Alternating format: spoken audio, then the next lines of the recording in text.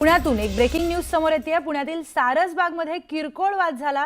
धक्का लागल्याच्या वादातून दोन गटांमध्ये हा वाद झालाय। यानंतर 4 ते 5 जणांकडून एकमेकांना शिवीगाळ आणि मारहाण करण्यात आली आहे। पोलिसांच्या मध्यस्थीने हा वाद मिटलाय।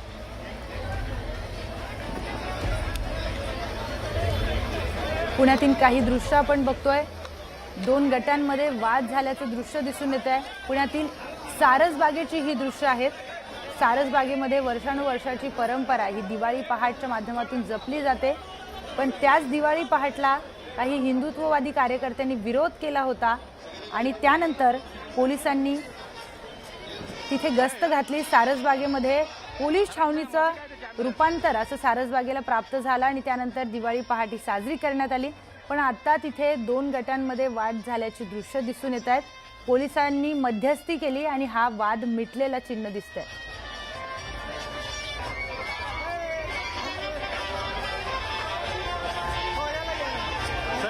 दिवाळी पाडव्याच्या मुहूर्तावर श्री विठ्ठल रुक्मिणी मंदिरामध्ये भाविकांनी दर्शनासाठी मोठी गर्दी केली आहे। आज 3.5 मुहूर्तांपैकी एक मुहूर्त असलेल्या दीपावली पाडव्यानिमित्त श्री विठ्ठल रुक्मिणी मंदिरामध्ये पारंपरिक आणि वैदिक पद्धतीने पूजा करण्यात आली।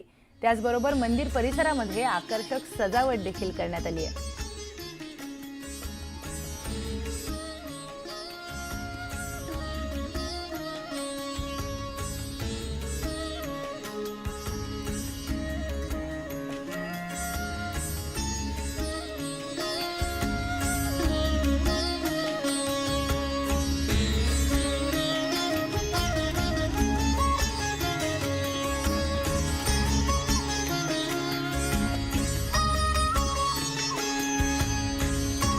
विठोबाचे राज्य आम्हाला नित्य दिवाळी। खरं तर विठ्ठल भक्तांसाठी विठ्ठलाचं दर्शन आणि त्याचं सानिध्य हेच रोजची दिवाळी आहे। आणि आज विशेष 3.5 मुहूर्तापैकी एक असलेला दिवाळी पाडवा आहे आणि मंदिरामध्ये भाविकांनी दर्शनासाठी गर्दी केलेली आहे।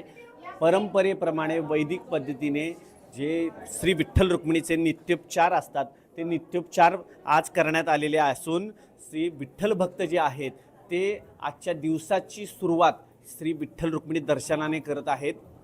अत्यंत आजचा दिवस महत्त्वाचा आहे आणि भाविक हे विठ्ठल दर्शनाने आनंदित होत आहेत, तृप्त होत आहेत। कारण आजचा दिवस हिंदू सणांपैकी जो दिवाळी पाडवा आहे तो अत्यंत महत्त्वाचा मानला जातो। अत्यंत त्याचं एक वेगळं महत्त्व आहे आणि त्याचा उत्साह पंढरपूरमधील श्री विठ्ठल रुक्मिणी मंदिरामध्ये दिसत आहेत। आपल्यासोबत काही भाविक आहेत जे सांगू शकतील की आज काय सांगाल, कुठून आला? मी आलो मुंबईहून। काय झालं, दर्शन झालं? कसं वाटलं? चांगलं वाटलं। काय वाटतंय आज, काय मागितलं पांडुरंगाला? काही नाही, काहीच नाही। सगळीकडे आज सुख समृद्धी नांदो हो अशी याचना केली का? केली।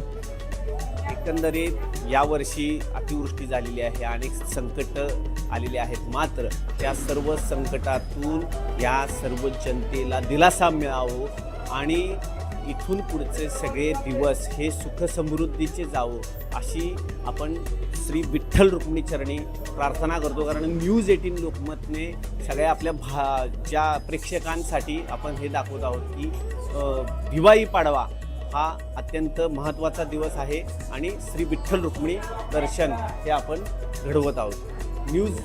व्हिडिओ जर्नलिस्ट अजित देशपांडे सोबत वीरेंद्र सिंह उत्पात, न्यूज 18 लोकमत, पंढरपूर।